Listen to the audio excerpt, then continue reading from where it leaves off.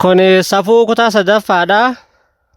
Safuu safuu barri dhufu bara kana taraa teessee tokkummaa uumte weerara dhagaa bu'an karaa lakaan danuudha lakkoofsatti yoo laalanis bareedduudha ijatti dhaqii harkaan qabadhu keessa seenii waliin jiraadhu siin jetti lubbuun kee danuu si harkifti.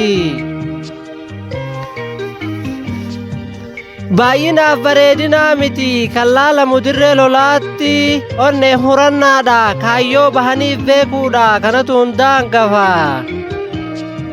Kanaan madaalarra keenyaan giidoon isaanii laafa osoo hundinuu beekanii lolaaf leenjiitu nuu hafaa dirreetti bahanii moo'amuun gootummaa miti kun ifafa. Dhagaa xiqqaatu caccabsee isaan diriirsee afaa of tuulummaa isaaniitiin maqaan hin dabarre maaliif dhala isaaniitti hafa. Safuu namichatu ka'e re'ee danuu yaasee aduu dhi'uudhaaf ga'e. Imalli isaa dheeraa bareechee beeka inni maaltu akka isaa qoruuf karaa ta'anii. Kan isa duraa bosona akkasumatti jira qeerramsi bakka tikaatii didee kee osoo namni hedduun kadhatanii malaaf humnan qaba jedha maaltu na dhaabsisa miilaaf mataa wallaalan jaarsa har'a faallaa haasoysiisa osoo isaan wal mormanii aduun eegalte walakkaan seensa.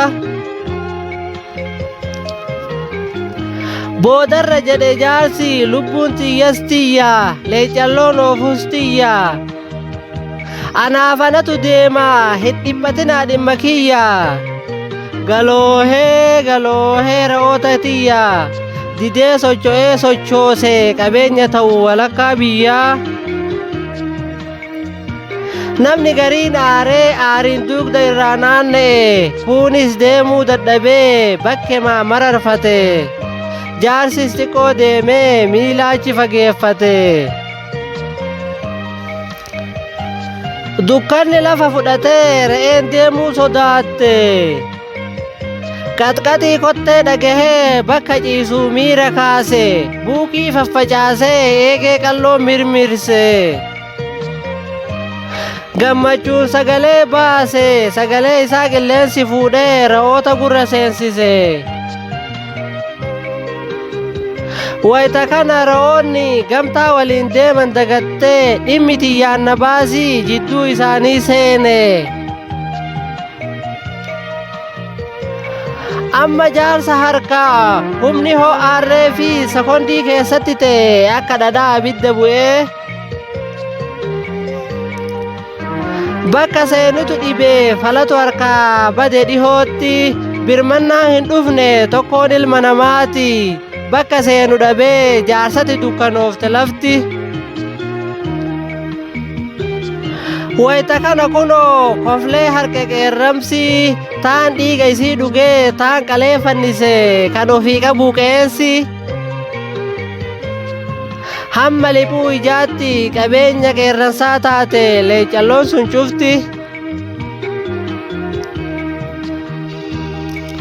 Achiin booji'ame lubbuun jaarsaas tarreetti makame hammanaan hawaasni af walaleesse si hiyaa namichoo si kadhannaan dhabde qalbii ittiin nu dhageettu umrii kee deemeen qeerroo kan of gootu